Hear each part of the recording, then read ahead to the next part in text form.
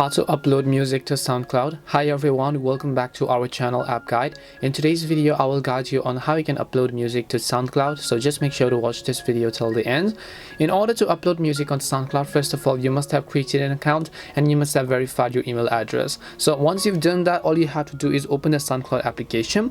Now uploading your music is also absolutely free, you don't have to pay the premium. So then after you open the SoundCloud app, tap on the upload icon which is at the top right hand side of the application. Now keep in mind you can also do this process from your browser as well. Now all I have to do is I just have to go ahead and select the music files over here. So I'll just go to audio, and then let's say I just want to download a specific music file here, and once I select the music file that I want to upload, I can just pick a genre for this. So once I select a genre for this as well, I'll just tap on got it, then I'll tap on done. Then I can also describe about my track. If I want to make my track public, I can just turn this toggle on. If I want to just turn it off, I'll just turn this thing off, and then I'll just tap on the save option from the top right.